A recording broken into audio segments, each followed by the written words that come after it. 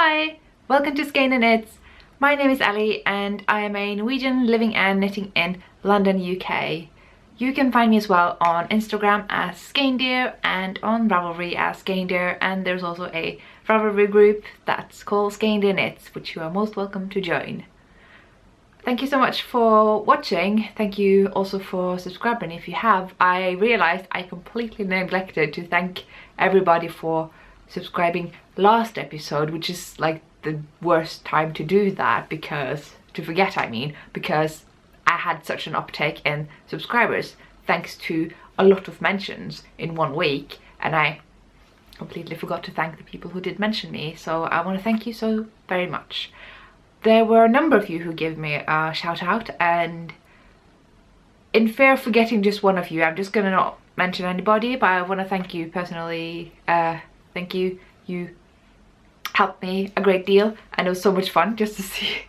Like, I think in January I gained like half the number of subscribers I had by the end of the month. Does that make sense?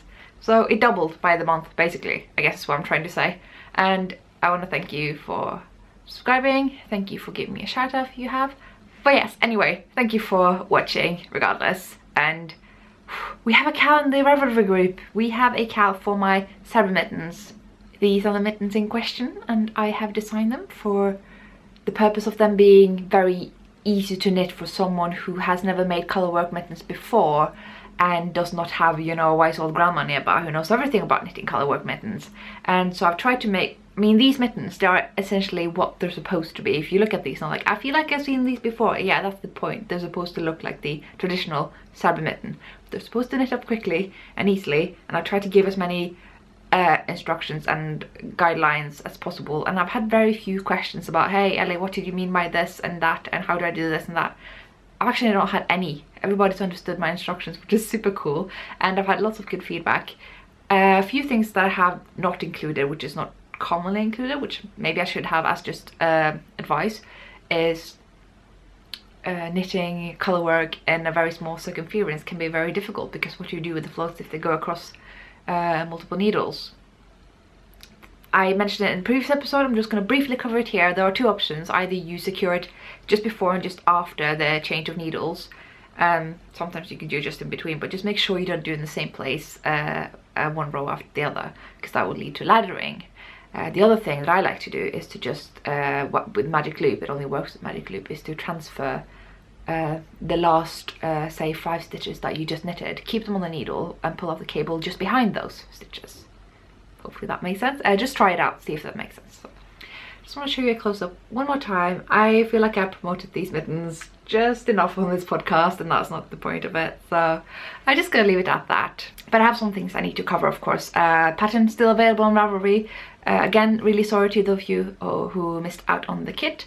For those of you who did buy the kit, I know most of you have redeemed your code, so you have your Ravelry download. You redeemed your download, so you have the PDF. Whereas I know 3 of you have not done that yet. Now this might be because you haven't received your parcel yet, which is absolutely fine, because some of you do live really far away. But I really do encourage you to do so soon, because the code will not be valid forever. So it's just worth doing sooner than later, as soon as you receive the parcel. I also have a question for you, those of you who got the kit. Did you need the white mini skein I gave you? Because I was nervous that the 100 meter 50 gram skein was not going to be enough. Was it 105 or 110 meters? I don't know. I just knew that it had slightly less meterage than the skeins I used previously. Although it was enough with like 95 meters, I thought it was a bit of a gamble, so I included a mini. But I would be really curious to hear if that mini was necessary or not. It would just be really useful for me to know that whether to include that in future kits. Regardless, I strongly encourage you all to join the KAL. If you have the kit, I mean, why not? You'll have everything you need. Please do join the KAL. I've got so many people knitting it already. I think I've got 20 projects on Ravelry, and for a brand new pattern from someone who's never published a paid for pattern before, that's pretty good. And lots of you already finished, and it's so exciting. Anyway, let's move on. I have a finished object this week, and it's the Find Your Fade shawl. I finished it. I think I mentioned previously that I was getting rather tired of it. I halfway through, was eager to finish, to be honest. It takes a very long time to make. There are a few stitches in that shawl, let me just tell you. I mean, you're supposed to like put in 700-gram skeins, obviously not the whole skein, but still, that's a lot. That's an undertaking. And I was thinking this while knitting, you know, would I make this again? I don't think I would. And that's a bit of an issue. I'm going to show you. So this is my fade. This ginormous thing is my fade, and I mean, I have to get further back to show you this. Okay, so let's just give you the rundown. Started off with the brown. Love this brown. Love it so much. Brown, brown, brown, brown, brown. Beige with gold speckles. For those of you who don't know, I used La Bien Ami. I can't speak French, as per usual. And I just used all of the 5 skeins I bought from them at Pom Pom's Christmas party. And at the end though, I was running out of yarn, so I decided I was going to use my hedgehog fiber sock yarn. It is the wrong base and it does have slightly different feel, but not as much as I was worried about. So that was a relief, and it's so transparent you can't even see it properly, can you? And the fade is beautiful between the two, so that was absolutely fine. I did have some issues when knitting it though. I'm just going to put a picture up here. As you can see, the colour wore off on my finger, so I knit continental and I have the yarn over the index finger of my left hand, and there was dye. Like, I looked like I'd been bruised by my yarn. That's not a good sign. I was very worried that the dye would come off when I was soaking it for blocking. It didn't, so that was good. I had nothing to worry about there. The other thing I want to say about hedgehog fiber sock yarn is it's very splitty. I'm not really a fan. I don't think that will be something I will be buying anytime soon. I mean, the colours are lovely, and I do prefer plied yarn over a single ply, which the rest of the shawl is. But it wasn't that comfortable to knit. I might be more happy knitting a single ply, actually. Not something I thought I'd say, but between the two bases, I think I would. And just to clarify, hedgehog fibers and La Bien Ami use the same single merino base as far as I'm concerned. So, as some of you might remember, last episode I got a shipment from a German yarn shop where I'd gotten the poison colorway in the merino, single merino base, and you might wonder why I didn't use it. Well, it's bright pink. Like, it's so pink, it's so vibrant. I couldn't possibly use it in my shawl. It's phenomenally gorgeous, not gonna lie, but it just wasn't gonna fit my shawl. By comparison, it would be a nice fade from this poison to the next, but it's not gonna work with the red. It would be just too much going on. Just to give you a comparison with the sock skein that I already had. For these to be the same colorway, that's kind of crazy. Although the light is so bright here, they kind of look similar, but this one's very, very much darker, and this one is glowing. So this skein, I have no idea what to do with. I paid a fair amount of money for it just to get it from Germany to here, and if anyone is interested in buying this for face value, that's something we can discuss, surely. It's an amazing colour, and I have the label. Every meter is intact. It's just caked up for you. There's like nothing wrong with this skein whatsoever. I'm not inspired by it. It's not something I think I'll knit anytime soon, and you know, my stash is growing and I wasn't supposed to buy my yarn, so that would just help me kind of yank things down a little. So yeah, I'll be willing to trade this or sell it or something if you are.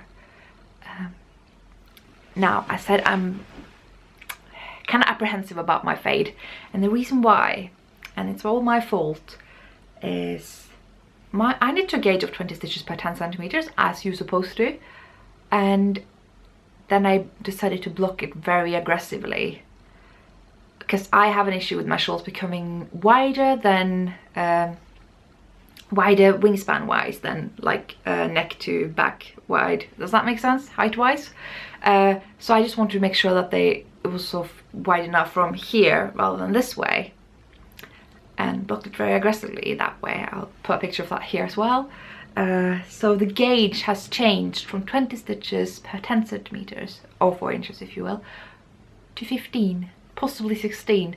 And that's bad. That's a huge difference, and it makes a huge shawl. It makes a shawl that if I'm wearing it, you know, like Andrea Murray does on the picture, just got it around here like this, goes way down to the floor. I don't know how to style this shawl, to be honest. Like, okay, ignore the fact that the ends are not weaved in. You know how that's no surprise here. You've been there a while now. So this end's just not gonna go away, is it? I tried to style it this way. So, you know, got a little thing hanging down there, and then you got a long piece of yarn here. It goes around here, and the other piece around the other way. Was that the way? I don't remember even. So that seems to be some, like, okay, this looks really stupid now, but you get the idea. Just put it around my head many times, and it's wearable. It looks kind of odd. I managed to make it work earlier, but it's really big. And it's difficult to get off as well. So you can see it's not very practical. It might be a nice sort of spring and autumn garment, maybe. Just because it's not too hot, but it's still fairly big and cozy. But I'm not a fan, and I paid, I think, roughly £150 for the yarn of this shawl. So, you know, it's not something I take lightly to just put into anything that I'm feeling kind of meh about. And I think I do about this shawl, and it's very sad to say because I spent forever on it. And also, this was a suspicion I had from the very get-go, is that I don't think it's the most exciting pattern. I know a lot of people say they would knit it again and they find it very meditative. For me, that was more boring than meditative. I like a challenge in my knitting. I like a bit of lace and cable and colour work, you know. And there is lace here, and that was a bit of a challenge, but it was a very uniform lace, so that even got boring at the end. It was something that I had to think about in order to not mess up, but it wasn't that entertaining of a knit. That's just personal preference, of course, not a critique of the pattern as such. So I'm thinking like, oh, would I rip this out and knit it again in a small needle size to make it fit, and then I'd have the fade shawl? I don't really feel like knitting it again. And I don't know if I could sort of shrink it back, because it is a superwash and merino does grow uncontrollably sometimes, and I did block it very aggressively, so what do I expect really? So yeah, just something I'm thinking about right now. And I used to say, of course, you should swatch and block before you knit, and I know that, and I done so with similar bases, not exactly this. So I think what I didn't anticipate is that a single ply is less bouncy, so if you stretch it out, it's not going to bounce back again. That might be what's going on here, and it might just be my aggressive blocking in general. And the reason why I'm thinking out loud about this is because I casted another shawl, which I will cover very shortly, just in a bit. Which is the Snowmelt shawl by Helen Stewart of Curious Handmade. So far it looks great. I'm knitting it with the same yarn in the same needle size to achieve the same gauge. And if the same thing is going to happen there, I'm in trouble. Like, I have to unrip that shawl and knit it again. And I don't know if...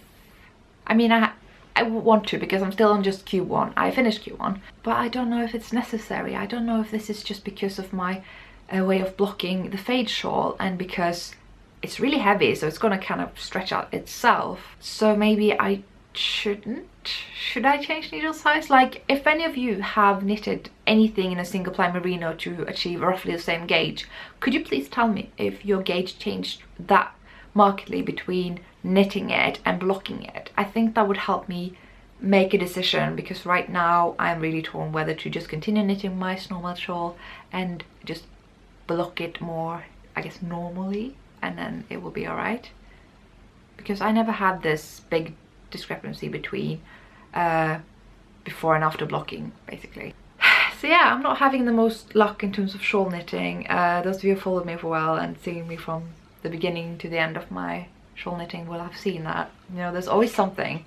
Well, I love this Andrea shawl that I wear every day. I was initially very annoyed about the change of stripe color in the middle here, because I had to make a decision whether to break the yarn and have a high contrast between the gradient, or continue with a grey that wasn't going to show.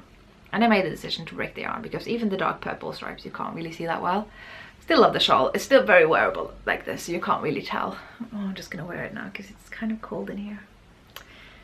London keeps changing from being like 10 degrees Celsius to 0. It's kind of annoying.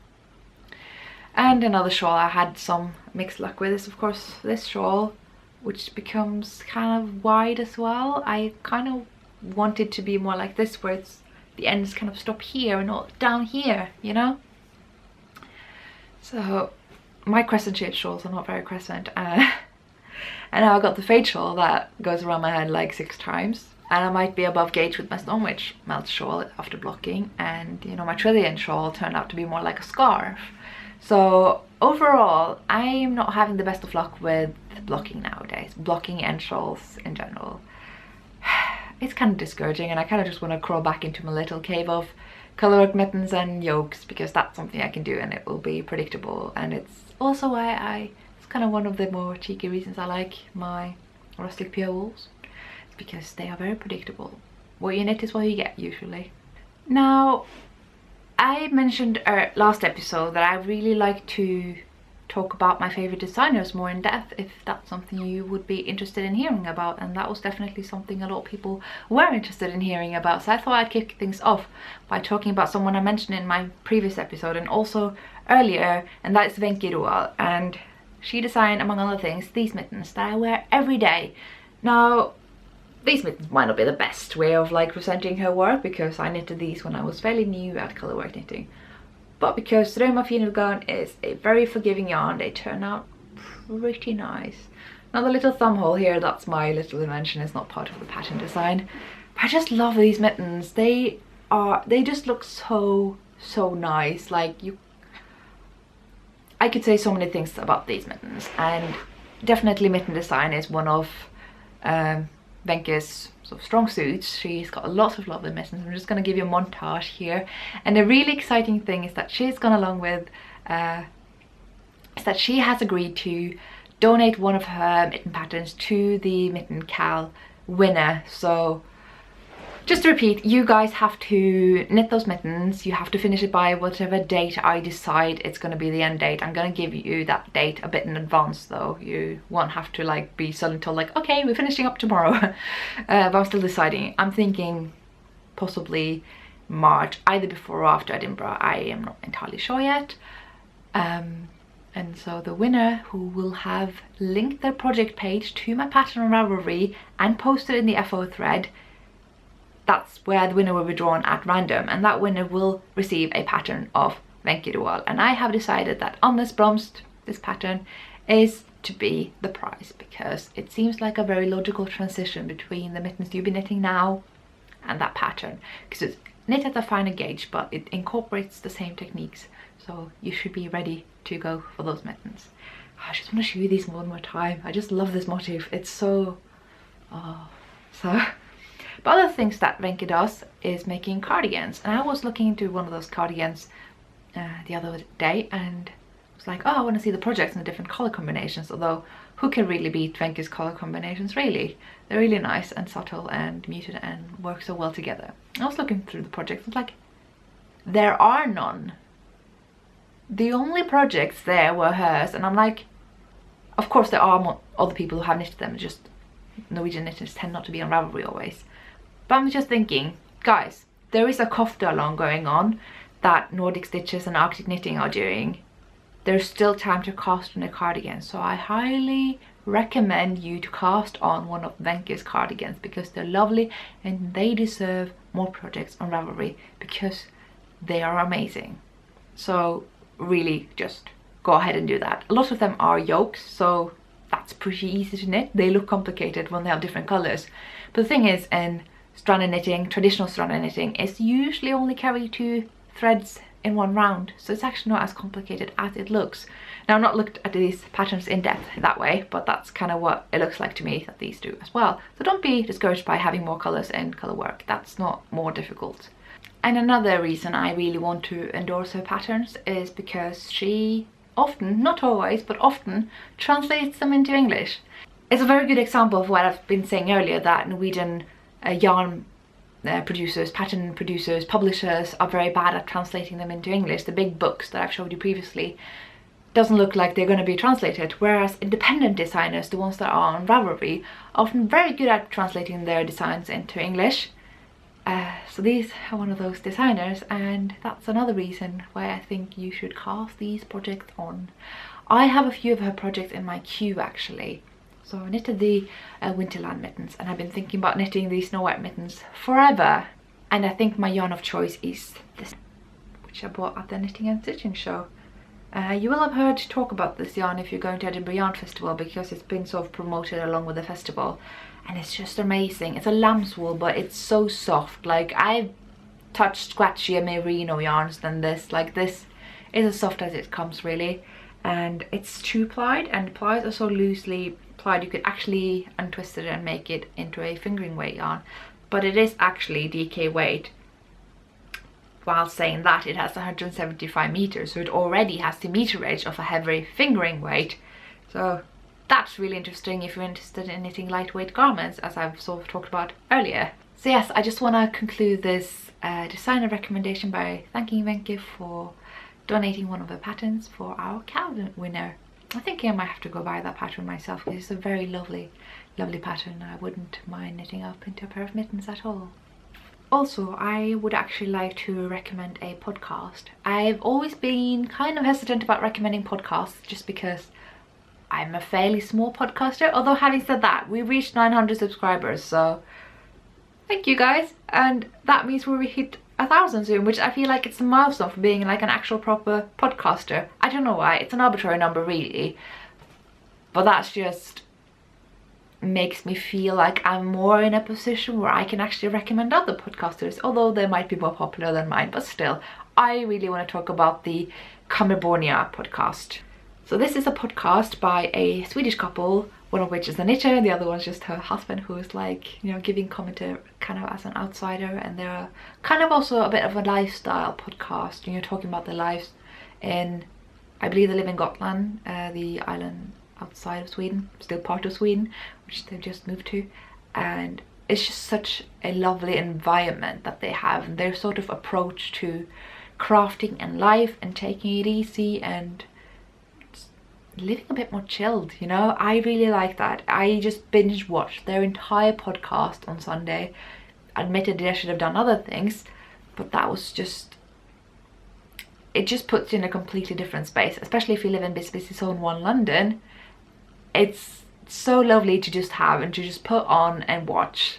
So yeah, it's just such a nice podcast. And I actually last night, a bit tired, maybe shouldn't make purchases in that state, bought the new mitten pattern that Pia of Pinneguri has published, and it's a very lovely pattern. I will admit I have a pattern that's very similar. It has the same sort of chart repeat, which is a traditional chart repeat, so it's no plagiarism there. It's just I happen to have it already, and I'm like, I could just make those mittens, but I want to make Pia's mittens. There's so much, I don't know, she's just put more details in them. They're just not a chart repeat mitten, you know. They have a special cuff and the size, and just I want them so bad. So also the shine mittens. Oh god, I wasn't going to talk about their patterns. It's just, it's such an atmospheric podcast. Now I have to say, it is in Swedish language, but they're very generously subtitling it. So I know lots of international viewers do watch it, and I really strongly recommend that you do as well. If you really do like traditional Scandinavian color work, I think that will be just perfect. They do a lot of that. I say they, Pia, she knits so many just mittens and cardigans, and she's just, everything she makes is freaking perfect. Like, I can't, like, it's not like I'm looking for fault in other people's knitting, but I can't find any fault in her knitting. It's just stunning. Everything is stunning, and it's such a consistent aesthetics with everything that she makes and just kind of has around her. So guys, just check out that podcast. It's so pleasant. Another podcast on YouTube I really want to recommend is the Knitography podcast. Do not confuse this with another knitter also called Knitography on, I think, both Instagram and Ravelries. This is only Knitography on YouTube. She goes by P4CHN elsewhere. CHEN elsewhere. Put it all here. I can't spell in English, to be honest. I can't spell it when I write, but when I say things out loud, it sounds weird. Anyway, she is an American who lives very close to Selbu, where the mittens I keep raving about are from. And she's been living there for like forever. And it's kind of funny, we're kind of coming from opposite ends, because I'm from that region, not near Selbu, but fairly close by. And I moved to London, whereas she actually has lived in London and now lives over there. And we both share our love of Selbu mittens, and She has talked about them at length in her podcast, and she's been to the museum where they're exhibiting all these mittens, and I could go on and on and on. The main thing I really want to tell you is that those of you who were very upset about not getting the kit, and I still can't guarantee that I'm going to do more kits. I hope to do that next time I go to Norway, but I think next time I'm going to go to Norway is going to be in July, so maybe June. And I don't know, maybe I'll have another pattern out that I want to do kits for instead. Like, I really don't know at this point. So for those of you who were disappointed that you didn't get a kit, she has offered to give those people yarn, the yarn that I used in the kit. And this is also why it's really important that you guys tell me if you had use for your mini skein or not, because if not, then she doesn't have to include that. So I don't know exactly what arrangement she had in mind. You just have to contact her and ask, you know, would you mind shipping me the yarn, or maybe handing it over to me at Edinburgh Yarn Festival. That's just something you have to talk amongst yourselves. But I still think, yeah, it's just such a generous thing to offer. I mean, it's gonna help my pattern sale as well, so I mean, I'm just, wow, thank you. Okay, so that's all my recommendations from this little podcast today. It's thank you to all the designer, the podcasters Kamabonia and Knitography. I'm so hungry. So now I thought we could crack on with whips. I have so many whips I've not really made a huge progress on either, but I still thought we could go through them and talk about them. Another whip I'm happy to say I've made the most progress on this week is the Agata cardigan, because I really did decide that I should figure out how to do those short rows, because as I mentioned earlier, I had issues with the shoulder. You're supposed to make short rows to make a shoulder cap top down, and the wrap and turns just did not look nice on the purl side. I have no idea what Andy Sutherland had in mind for that pattern. I tried to ask her and I didn't really understand, and when I said I didn't understand, she basically said that she does not have time to offer, you know, free knitting sessions, which, you know, fair enough. I just wish she'd just give it a name so I could Google it and find a method. So that wasn't really all that helpful, and it's understandable because she's running a KAL and she's hugely popular, so, you know, not upset about that. So I asked you guys and I got lots of good advice. I narrowed it down to 3 because a lot of these things that was recommended were basically the same thing. So the first thing is, I thought I could try the twin stitches from the Fish Lips Kiss heel. And I was also recommended to do shadow stitches or shadow wrap short rows. Turns out these are the same thing. So shadow wrap short rows and twin stitches. I tried both and they're the same, unless I watched some weird tutorial. They are. So I just want to show you how that turned out. So at the very bottom here, you can see it. So you can see it here. You get this odd yarn traveling effect here. Can you see that? I did not like that. I don't know why it happened on that side, because on the other side it was beautiful. There was no sign of it here. So that's at the very bottom. I done 3 methods, so don't look at the stuff above. That's not what we're here for. So yeah, on this side, absolutely impossible. This side, you get this odd traveling yarn. Sorry, lost focus again. It happens. So I decided that was not for me. I figured, let's move on to the next one. Let's try wrapless short rows. And I think this is the same method that Isolde Teague has recommended and made tutorials for. So that's in the middle here. And what I got here is a very odd gap.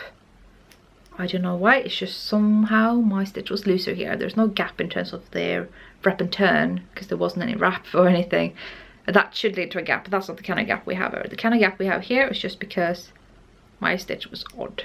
It was knitted looser for some reason, and I feel like that's something I can't guarantee I won't do, so I decided not to go for it. It looked nicer here, but still, like here, there's some weird stuff going on where it looks just a little bit looser. So eventually I decided to try German short rows.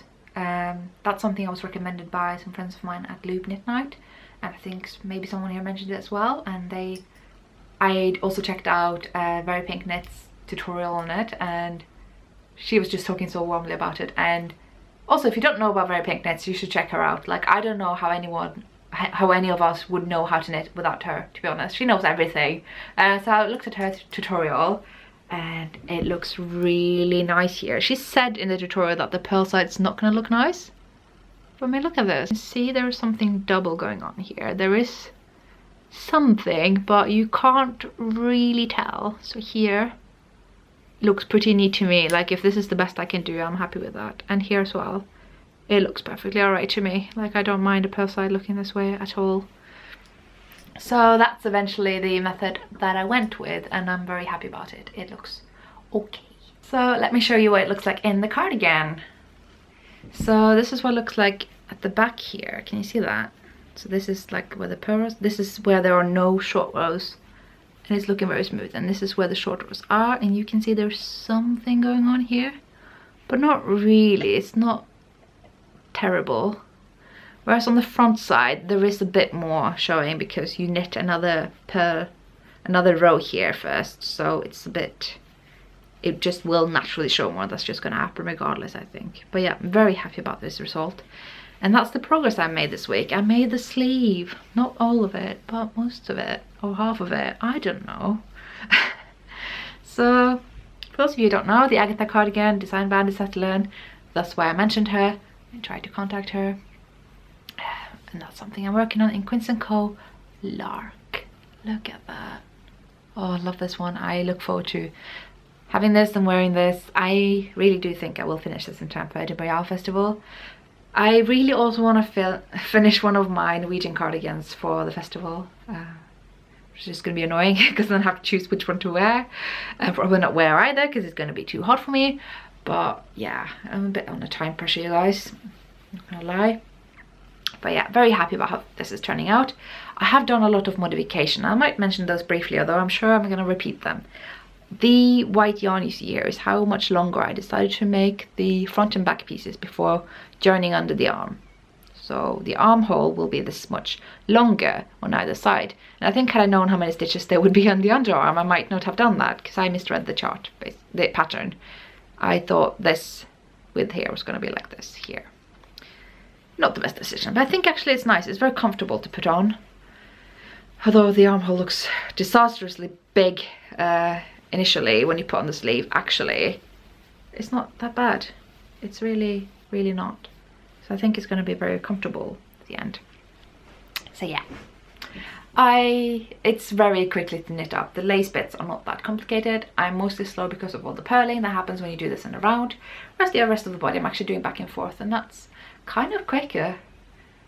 Just because there is a variation with knit and purl, I would not have wanted to do a back and forth purl like a stocking net cardi. I think that would be annoying for me personally, which is why I'm kind of apprehensive about knitting say the blast cardigan, although I do have the pattern.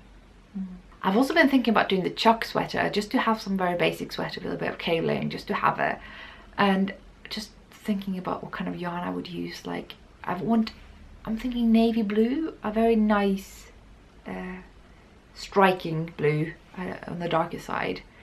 So if you know of any, I'm going to definitely look out for that in Edinburgh.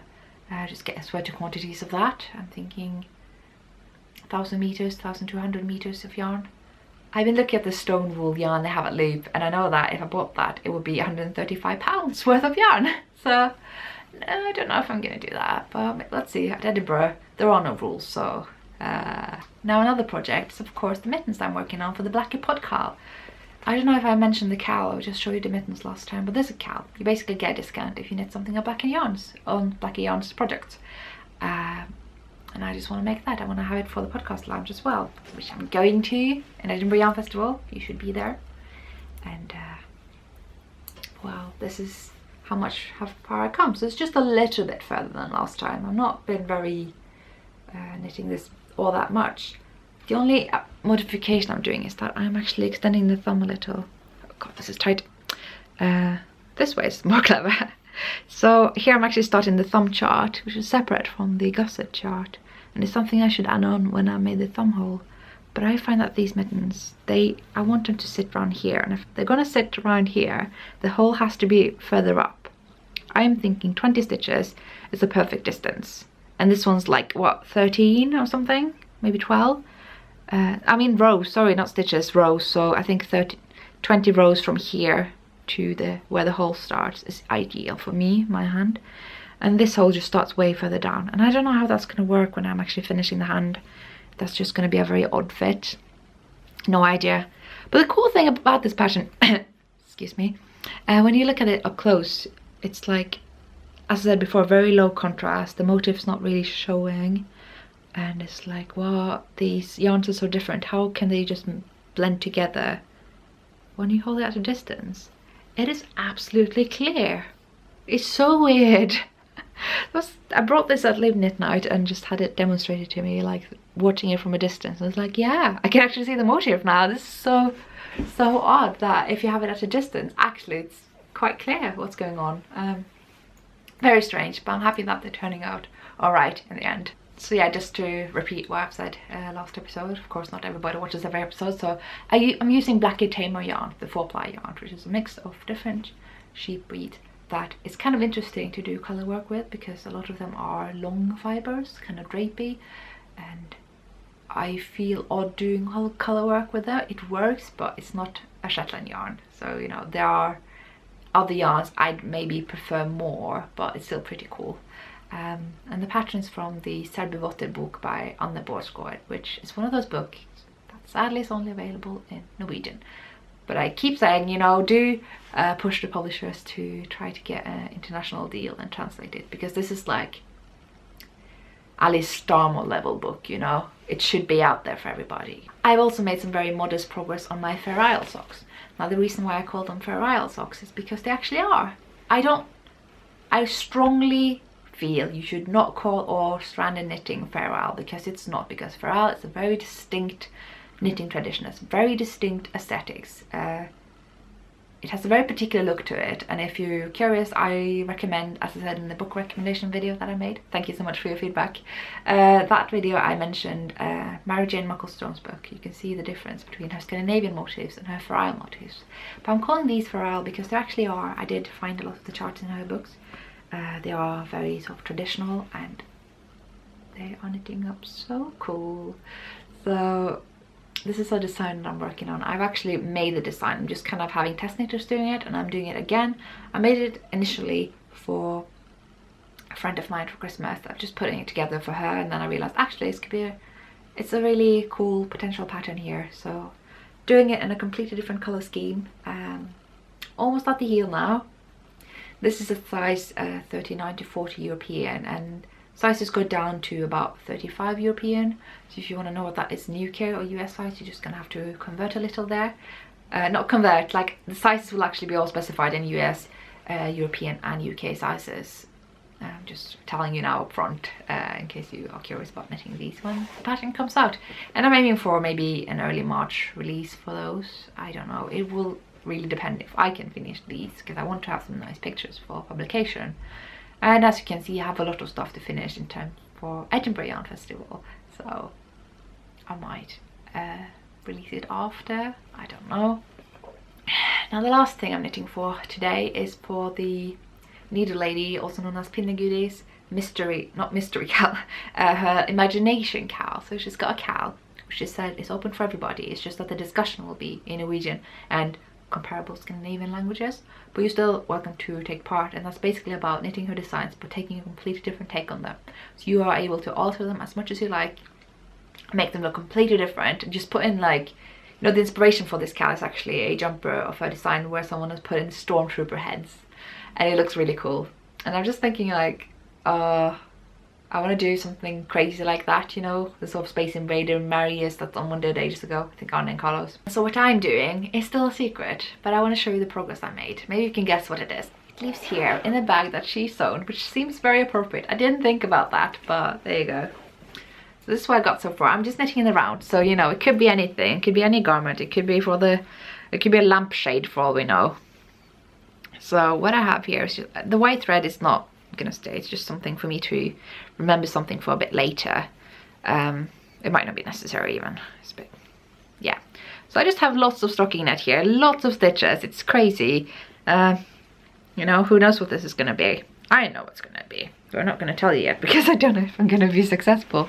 And I was gonna go buy a pattern, but that pattern at the end, after buying it, I was like, I don't know if I like it. So I think maybe I will improvise this and try to just put it all together and maybe also have this in time for Edinburgh, because wouldn't it be cool to, I don't know, wear this gigantic hat. It's not a hat. I don't know. It would be a weird thing to bring, maybe. So yeah, being a bit mysterious there. What I'm using though is Navia Duo. I don't know how they want to say it. It's a Faroese yarn, so maybe it's Navia. It's a very nice rustic yarn. I've had some weird experience knitting from it, and I don't know if it's because I went between that yarn and the single ply merino for my fade shawl, because they feel remarkably different. But it felt very slow to knit with. It's just like sticky in a way that makes the stitches move slower, which is an experience I never had with knitting with rustic yarns.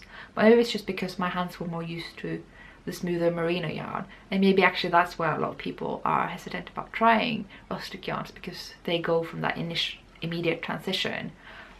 And for that, I want to say, get used to it. Like, it's not something that will sort of stay. It's just, you need to get, it's like when you go from really fine yarn to really chunky yarn and then you go back, it just feels really odd. You really do get into it very quickly, so I wouldn't worry too much about that. But yeah, I did find that it's gone fairly slow, but then eventually I did catch some speed, and then I did my gauge, and I've already done a swatch, you guys, and the swatch was as it was supposed to be, 24 stitches per 10 centimeters. Now what am I getting? I'm getting 22, which is not a huge deal. This fit of this is not super important. That's not the kind of thing that this is, so I'm gonna say. So if that's a looser gauge, it might not matter, it might actually be nicer. But it's annoying. It's annoying that my swatches never correspond to what I knit, because I can't know what I'm gonna get, and it's just, oh. First like it's my fade shawl, now it's this, and it's, oh. This is actually part of the reason why I don't usually swatch, because my swatches hardly ever correspond to what I knit. I don't know why. I try to do swatches in a round if I'm knitting in a round, you know, I do them back and forth if I'm gonna knit my project back and forth. But it's just not corresponding, and I don't know why. Maybe it's just because when you're in a project, you actually get into a rhythm that's different to what you do when you swatch. When you swatch, you're a bit like, oh, I want to finish this now. I don't know. And usually, actually, I try to measure garments that I've already made instead of swatching. I find that tend to be more true to my actual gauge than the swatch, which is something I can recommend, because you really should care about your gauge and your tension, and you should always check that before checking your stitch count. I mean, you should always check your stitch count, but like altering your stitch count, I really do believe that's a better approach to knitting in general. But if you find that your swatches never correspond to what you end up making, I really do recommend measuring what you already made instead of swatching, which is a bit tricky when you're doing different fibre. You end up doing a shawl in a single ply merino that just stretches and becomes huge. I'm still in a thinking place about this. Anyway, moving on. I have cast on the Snowmelt shawl by Helen Stewart of Curious Handmade, and if you don't want to see it, look away now. I'm going to talk about it, but I'm not going to describe it too much, so you can still have the audio on, but if you don't want to see it, then I'm taking it out right now. Go away. So this is what we have so far, and it's just so nice. Oh god, look at this. Oh my god, I forgot it was that nice. So this is what I'm thinking about, that I may have to rip out if my gauge is going to go haywire after blocking. I can't hold it up properly. So it's kind of interesting, because all the increases that you're doing, it's a top down shawl, all the increases are kind of happening all at once, and then you knit and then it happens all at once again, and why can't I hold it properly? So that's just interesting, that's all I'm gonna say. Okay, we're just gonna hold it like this. That's the only thing I can do. And you can see the different colors, how they play, and how I'm using the medium here and the darker one here, and the light one is throughout, and it's just really cool. But yeah, very nervous about how it's going to block out, if it's just going to grow as crazy as the other one, and maybe not, because it is a different construction method. It's going to be, you know, very much held in place by the I-cord, so it might not be a good idea to go down needle size after all, because I can't block it that crazy as I did with the other shawl. And I'm using higher. Look at that. So I am a complete higher convert after this needle, because I've had higher before. I have some, they're not 9-inch, they're just above that. I forgot what that is in inches. It's 30 centimeters, that's what I can tell you. And they are lovely, but they feel like just about any other needle. These, when I have like a proper lace needle, you know, higher sharp, I can confirm that it's sharp, but I'm one of those knitters that knit and then I push the needle back to get stitches up to the tip. I do that very frequently, almost every other stitch. It's still not pierced through my skin, so it's sharp, but it's not deadly.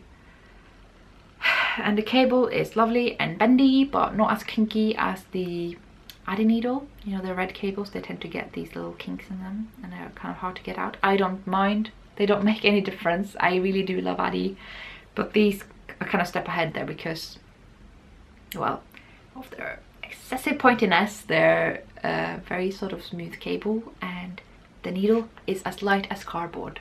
It's so light. So yeah, complete higher convert. And I have some thoughts about the signature needles everybody's raving about nowadays, because yeah, you can come back, those of you who are not looking, want to see the shawl. I'm putting it away now. I'm going to talk about it a bit, but the signature needles, I've not tried them, I've not felt them, I've not seen them in person, but I can't imagine any needle being so good that it's worth that much. That's all I'm going to say. It might be, it would be interesting to try, and if I find them at Edinburgh, I might.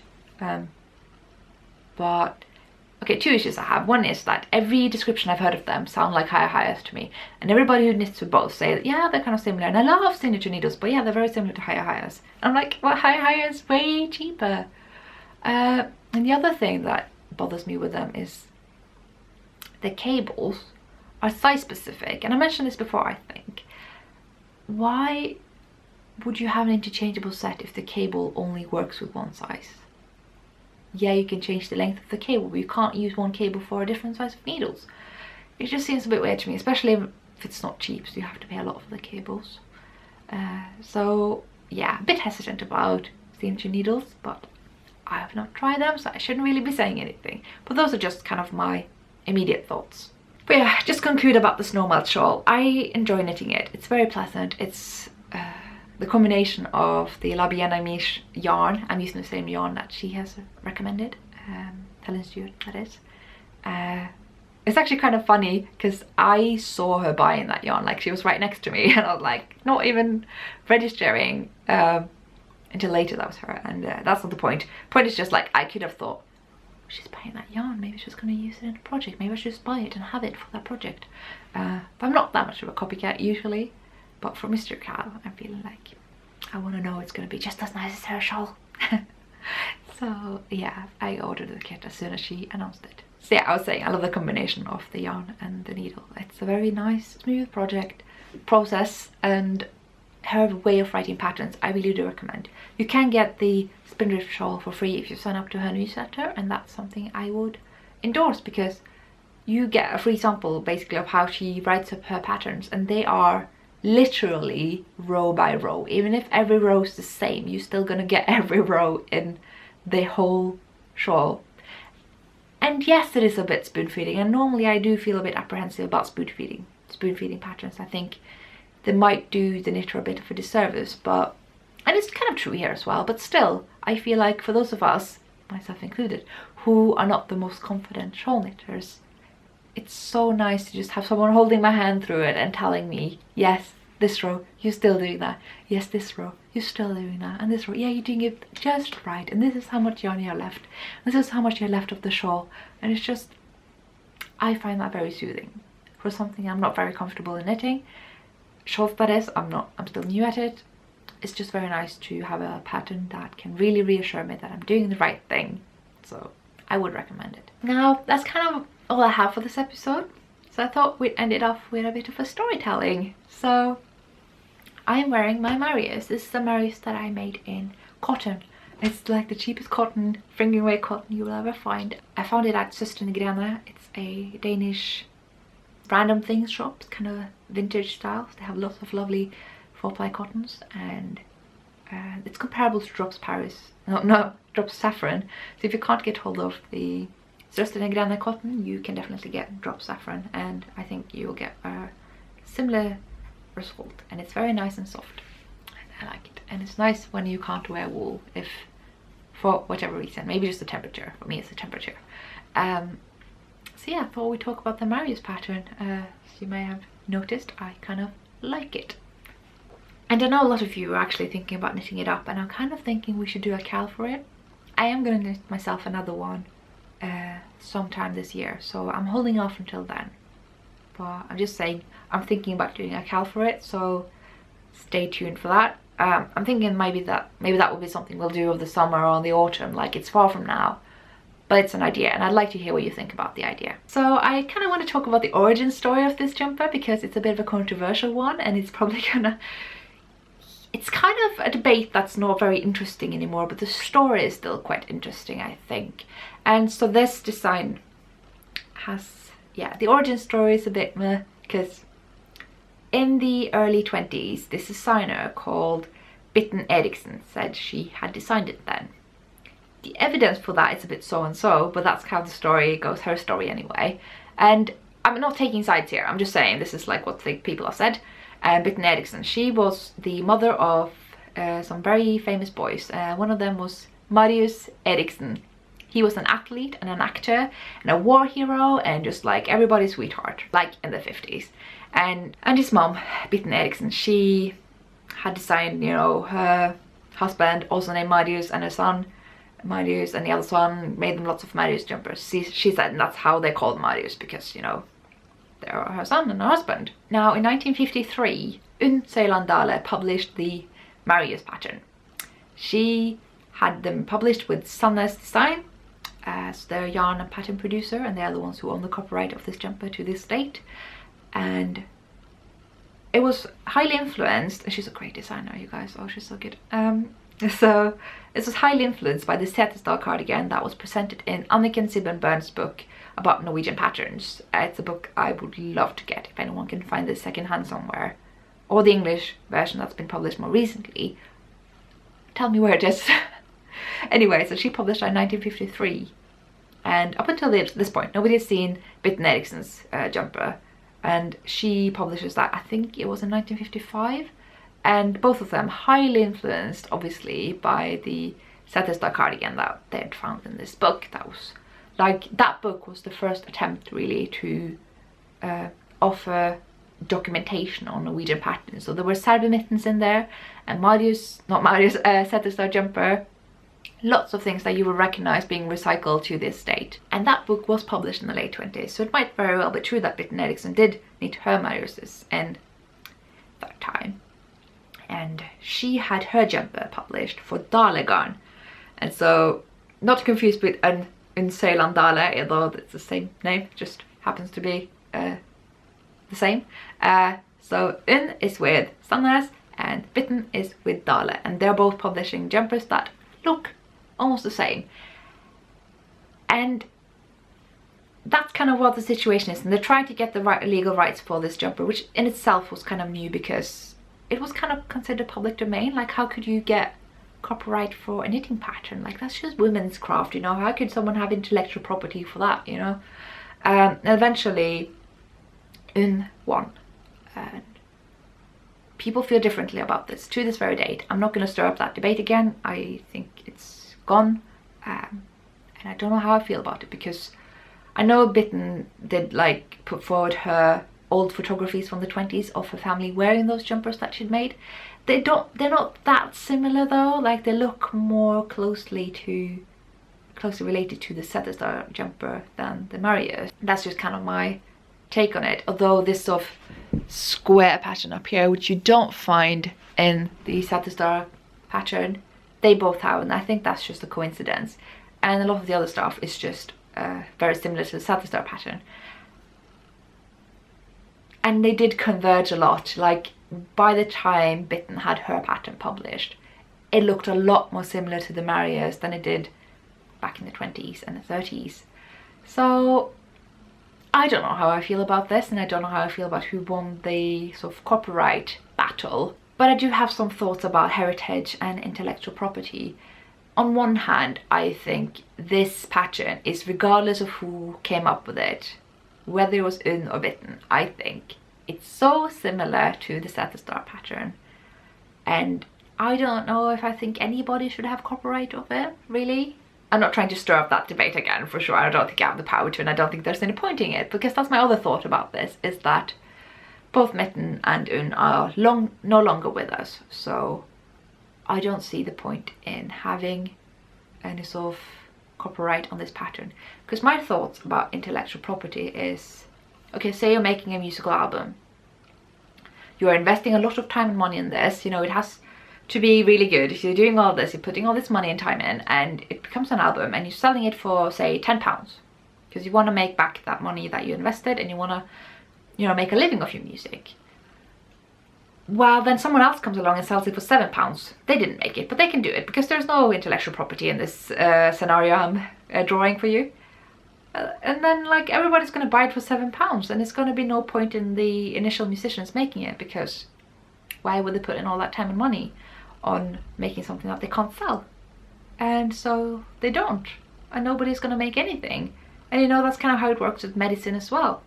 If someone gets to sell it for really cheap right away without actually having developed this cure, then, you know, nobody's going to be bothered. So that's why someone has the copyright for a, you know, a drug or a piece of music or a knitting pattern initially, and then over time, I think you should let go of it. You should be able to make back, you should be able to profit from it and make the money of it that you put in, you know, you should be able to make a living off what you do. But when the designers are no longer with us, I don't see the point in someone having the copyright to something that's so close to what's already public property. And that's, I can see why that's not a very popular opinion, because the Marius pattern is being sold for tons and tons of money nowadays. You know, they're making coffee mugs, they're making, you know, toiletry bags, and as you have seen, I am happy to buy all of that stuff. I got an apron with Marius pattern on, I've got cake tins, I have so many things, and I'm just happy to buy it. But at the same time, I'm thinking, you know, these patterns are just being sold for everything for commercial purposes now. And I know that really wasn't even in favor of these patterns being sold for machine knitted jumpers for commercial sale, and they now are, and they're being printed on like ski thermals, etc. So I don't know if this is like really taking care of the heritage, if that's the argument that's being used. I don't quite agree. Okay, I'm going on and on about this for long enough. These are just my thoughts. I think it's time for these to be public property, but I understand that's not how the world works.